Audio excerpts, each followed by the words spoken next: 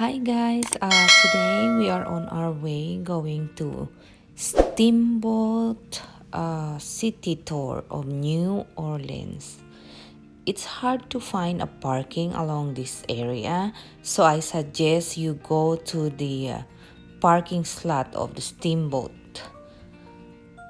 parking.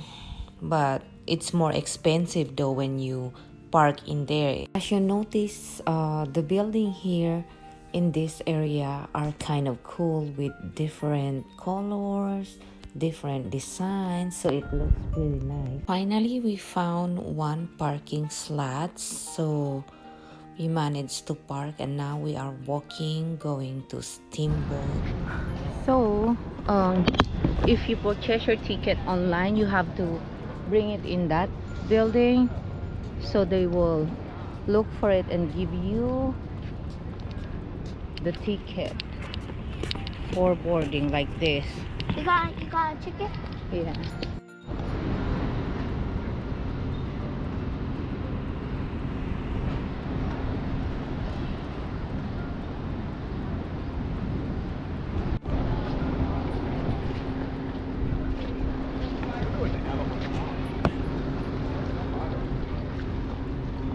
What we gonna going for a ride later for 2 hours.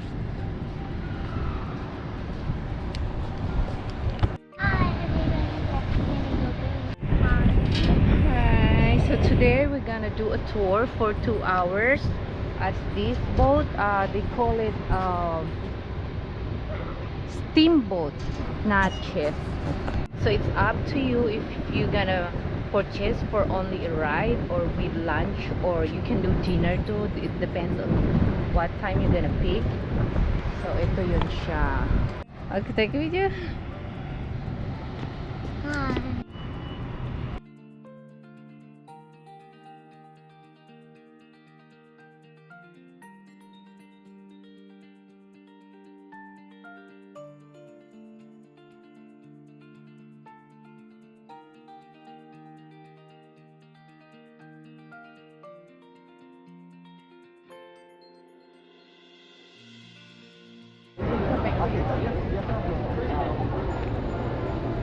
Oops. Hi. And then you're gonna have some bouncing too.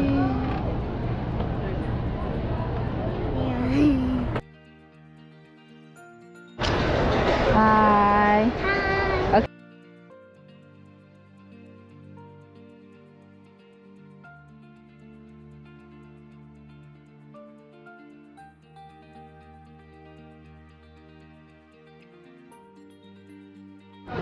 Woohoo! Made it!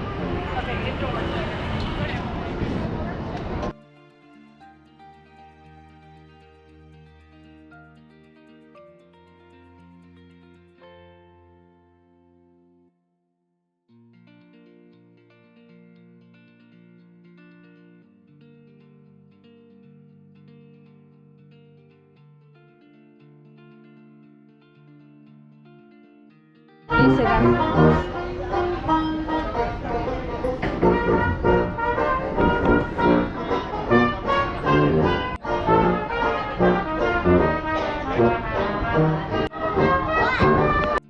On the right side of the cathedral is the Presbytery building. These are the Louisiana Museums. Now right across the street from the square, the famous Cafe de Mont building, those famous beignets, the Cafe Olay and Chicory Coffee, down there at the lower end of the corner. Careful, huh? Now we're getting ready to round the bend here, folks. Algiers Point, one of the sharp. Again, it's old Algiers off to the right, Port of New Orleans. You see the building over there with the clock on it, Algiers Courthouse. And right on the point there, those are very nice condos on Algiers Point. Again, we'll be coming up that side of the river on the way back upstream. Now we're sailing down the Mississippi, the third largest river in the world in terms of area drained, followed in size only to the Nile and the Amazon rivers. 100 million tons of silt annually. Now here in New Orleans, we have no salt water or tide, as much as 1 million cubic feet of water per second, flowing out into the open waters of the Gulf of Mexico. A million. Mississippi River begins all the way up in Lake Tasca, Minnesota.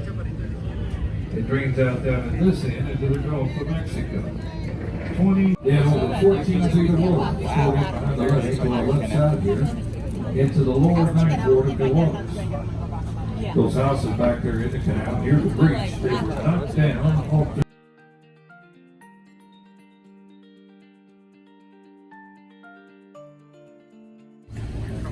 we're moving on down the river, coming down on the left here, the Alamo Street out here. You see some of the cargo on the wharf, heavy equipment, machinery, steel pipe, cargo that will be transferred. In the springtime, the river gets up to the top of the levee, 17-foot rise. That's around April, May. The river gets all the way up to the top of the levee. All the melting snows, the spring rains come down the river that time of the year. All the way from Minnesota, the Missouri River, Three Rivers Stadium in Pittsburgh, Pennsylvania. The Illinois, the Tennessee River. Also, we're coming down on the sugar refinery. You see over there to the left, the big stack sticking up, the American Sugar Refinery. Domino Sugar, constructed back in 1907. The second largest sugar refinery in the world. The largest one is in Brazil. That looks haunted. And raw sugar is brought here from all the sugar-growing regions, including Louisiana, to be refined. Your ships are loaded with 100-pound sacks of pure refined sugar. Barges are also filled with refined sugar, easily bound upriver behind us, all the way up to Louisville, Kentucky, where it's used to manufacture that fine Kentucky bourbon. 7,500,000 pounds of sugar is refined here each day. This is the home of Domino Sugar, #1 selling sugar in the country. Been in business for over 100 years. Now you can smell the sweetness in the air, folks, when you pass. They're unloading raw brown sugar out of that barge. Raw brown sugar inside that barge on the dock there. I want that. Yeah, but I'm recording so that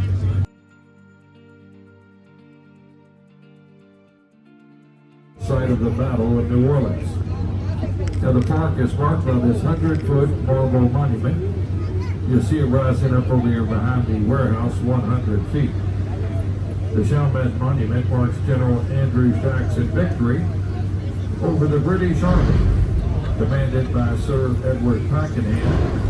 It was fought over here to our left coming up on the 8th day of February, 1815. It was the last battle of the War of 1812. It was also the last battle ever fought between England and the United States. You see that marble monument as we pass the stern of the ship here. You look back off to the left behind that warehouse over there, you see that marble monument sticking out 100 feet. This is where the famous part, John Lafitte and his brother Pierre, buried Terry in parts. All to the right, the swamps of Louisiana, the Barretier region. The town was named after John Lafitte, Louisiana. This part teamed up with Jackson, a handful of Kentucky long rifles, Tennessee volunteers, Choctaw Indians. They all teamed up over here behind the levee by the Rodriguez Canal.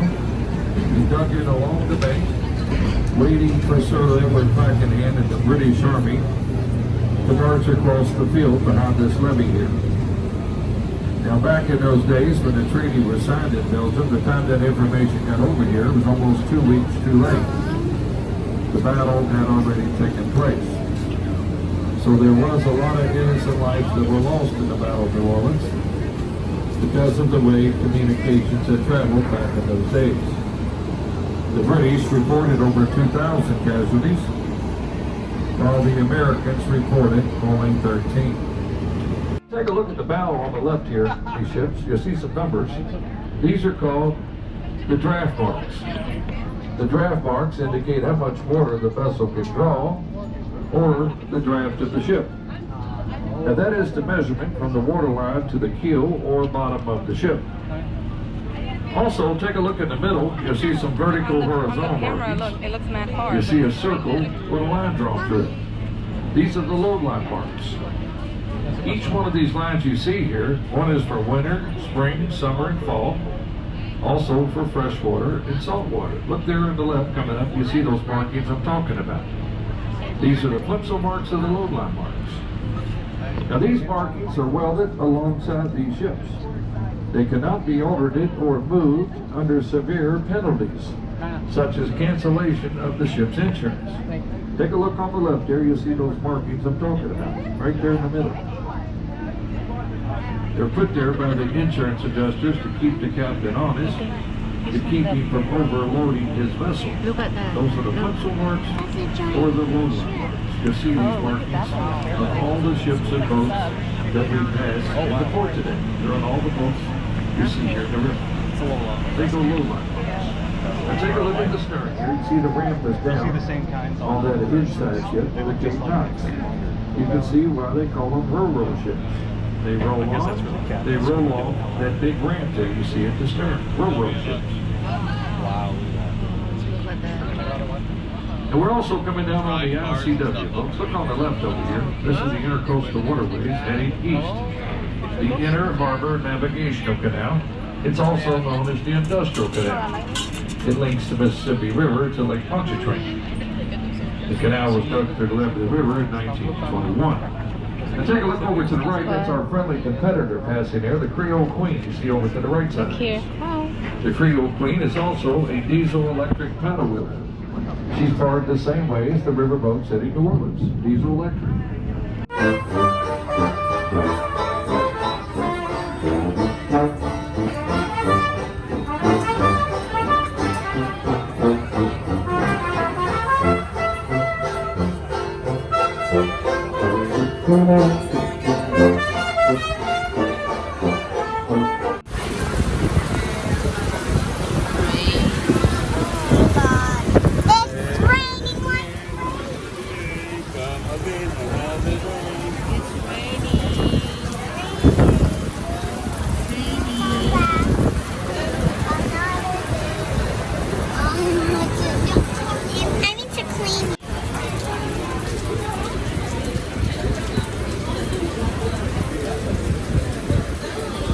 Alright folks, we're back. You have to have a lot of money to live here, folks, or you better hit the lottery. Very expensive condos. You see them on the left here. One River Place. We Long carries both cars and railroad bridges.